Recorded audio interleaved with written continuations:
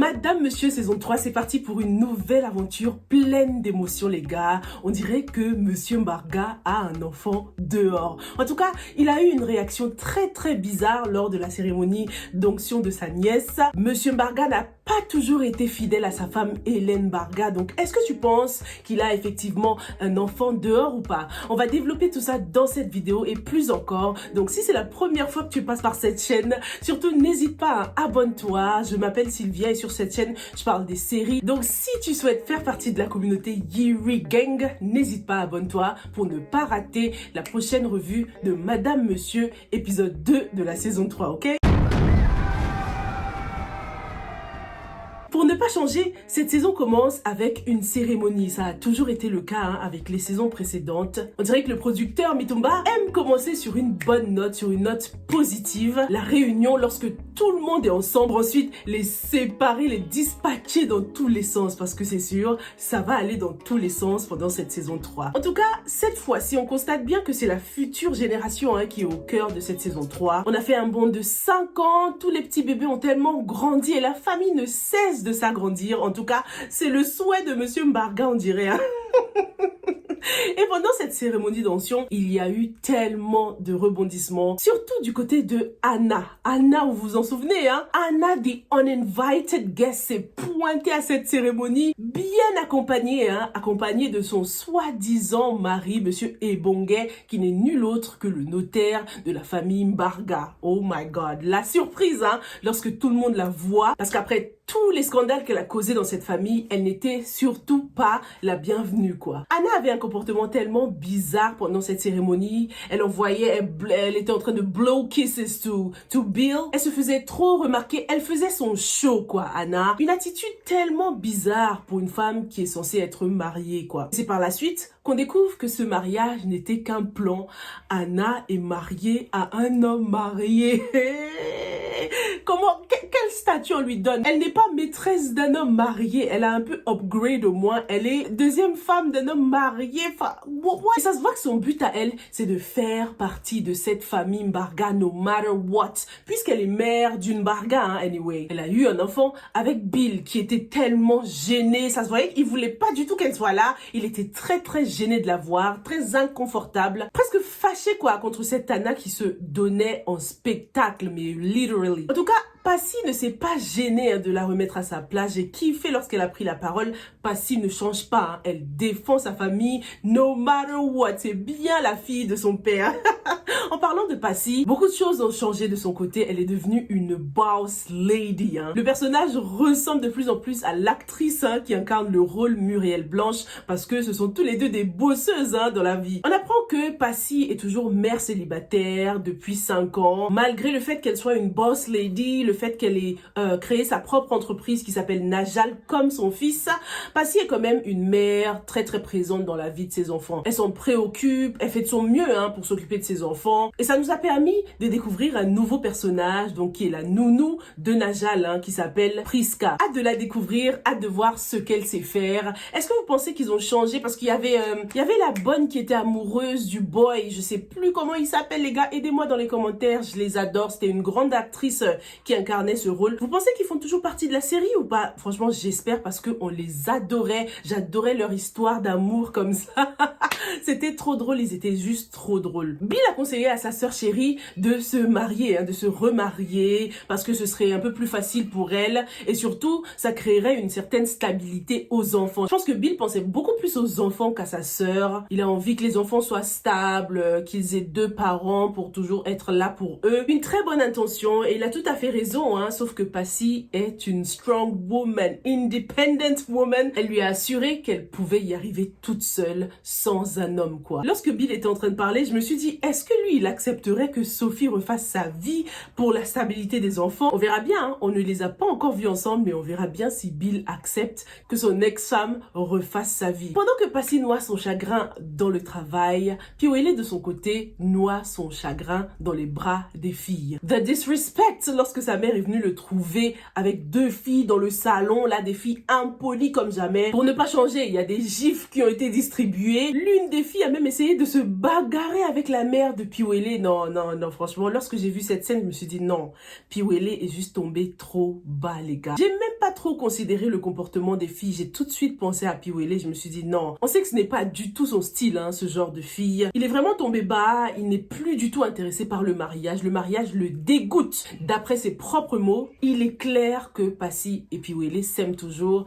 Sauf que comme ils sont tous les deux têtus, les gars, comme ils sont tous les deux un peu fiers, personne ne voudra avouer ses sentiments, quoi. Hâte de voir comment les choses vont avancer. Est-ce que tu penses que ce sont les enfants qui vont aider ce couple à se réconcilier? Dans la bande-annonce, j'avais effectivement vu que Passy allait essayer de refaire sa vie avec un autre homme. Un homme assez complexé, hein, qui n'allait pas du tout supporter son côté bosseuse, son côté indépendante. Ça s'annonce très très dur pour Passy sur le plan sentimental, hein. Qu'est-ce que vous en pensez? Franchement, il faut que Piwele vienne récupérer notre Passy, là, hein. J'ai peur qu'il baisse les bras, en fait, hein, qu'il décide de ne plus se battre pour son amour, pour elle, qu'il continue à se noyer comme ça dans son chagrin, dilapider de l'argent, hein, I guess, parce que lorsqu'on sort avec plusieurs filles à la fois, ça coûte cher.